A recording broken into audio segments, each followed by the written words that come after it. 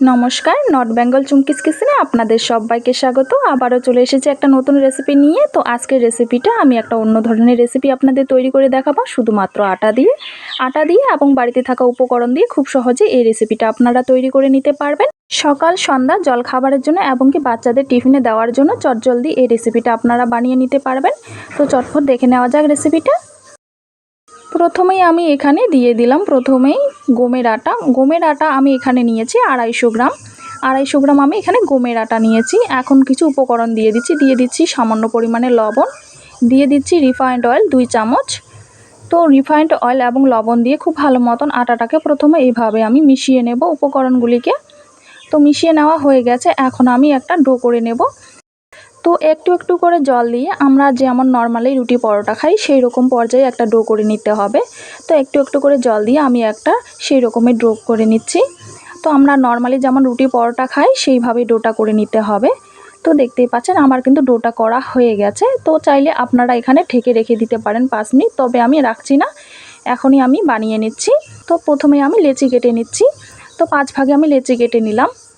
এখন আমি নিয়েছি একটা বেলনা, রুটি বেলার বেলনায় আমি প্রথমে ভালোভাবে আমি এভাবে গোলাকার করে আমি রুটি বেলে নেব। তো তলায় যেন না লাগে সেজন্য আমি আটা ছড়িয়ে দিচ্ছি। আটা ছড়িয়ে দেওয়ার পর এভাবে আমি বেলে নিচ্ছি।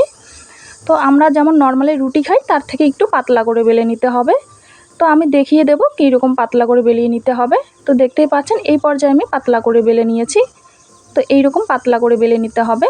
তো সমস্ত রুটিগুলি একইভাবে আমি বেলে নেব। রুটিগুলি বেলে নেওয়া হয়ে গেলে এখন আমি কড়াই বসিয়েছি। কড়াইটাকে হালকা গরম করে নিয়ে রুটিগুলিকে প্রথমে হালকাভাবে সেঁকে নেব। একদমই হালকাভাবে সেঁকে নেব, একদমই কড়া করে নয়। তো আমার রুটিগুলিকে কিন্তু সেঁকে নেওয়া হয়ে গেছে, দেখতেই পাচ্ছেন। আমি এই পর্যায়ে রুটিগুলিকে সেঁকে নিচ্ছি। তো এখন নামিয়ে নিচ্ছি। তো রুটিগুলিকে এমন পর্যায়ে হালকা মতন আমি সেঁকে নিয়েছি। তো দেখতেই পাচ্ছেন সমস্ত রুটিগুলিকে আমি একইভাবে আমি সেঁকে নিয়েছি হালকা। এখন আমি কড়াইটাকে হালকা গরম করে নিয়ে দিয়ে দিচ্ছি এখানে সর্ষের তেল দিয়ে দিচ্ছি এখানে পেঁয়াজ কুচি, দিয়ে দিচ্ছি কাঁচা লঙ্কা কুচি। তো পেঁয়াজ কুচি এবং কাঁচা লঙ্কা কুচিটাকে হালকা মতন প্রথমে একটু নাড়িয়ে নিয়ে হালকা মতন একটু ভেজে নিয়েছি। তো ভেজে নেওয়া হয়ে গেলে এখন আমি দিয়ে দিচ্ছি এখানে আদা কুচি, দিয়ে দিচ্ছি এখানে রসুন কুচি। তো আদা কুচি এবং রসুন কুচিটাকে দিয়ে আবারও আমি খুব ভালো মতন একটু ভেজে নিচ্ছি, একটু লাল লাল করে ভেজে নিচ্ছি। তো এই পর্যায়ে আমি লাল লাল করে ভেজে নিলাম। তো ভেজে নেওয়া হয়ে গেলে আগে থেকে আমি আলু সেদ্ধ করে হালকা গরম থাকতে ম্যাশ করে নিয়েছি আলুটাকে। সেই আলুগুলো আমি দিয়ে দিলাম। তো আলুগুলো দেওয়ার পর খুব ভালো মতন আমি মিশিয়ে নিচ্ছি। খুব ভালো মতন হালকা আঁচে আমি মিশিয়ে নিলাম। এখন আমি দিয়ে দিচ্ছি স্বাদ মতো লবণ, দিয়ে দিচ্ছি স্বাদ মতো হলুদের গুঁড়া। তো লবণ এবং হলুদের গুঁড়াটাকে দিয়ে আমি খুব আবারও ভালো মতন মিশিয়ে নিয়ে হালকা মতন ভেজে নিচ্ছি হালকা আঁচে। চুলার আঁচ কিন্তু একদমই লোতে রেখেছি। এখন দিয়ে দিলাম জল, খুব সামান্য পরিমাণে জল দিয়ে আমি খুব ভালো মতন আমি নাড়িয়ে নিচ্ছি, আলুটাকে মিশিয়ে নিচ্ছি মশলাগুলির সঙ্গে।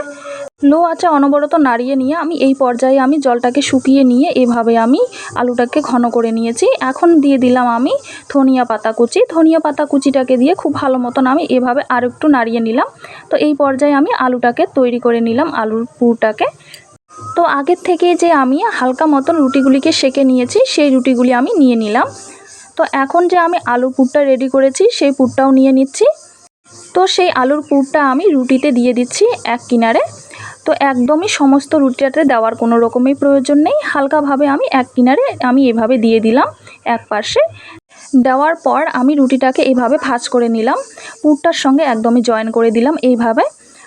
খুব ভালো মতন আমি এইভাবে পুরটার সঙ্গে জয়েন করে দিচ্ছি যেন বেরিয়ে না আসে।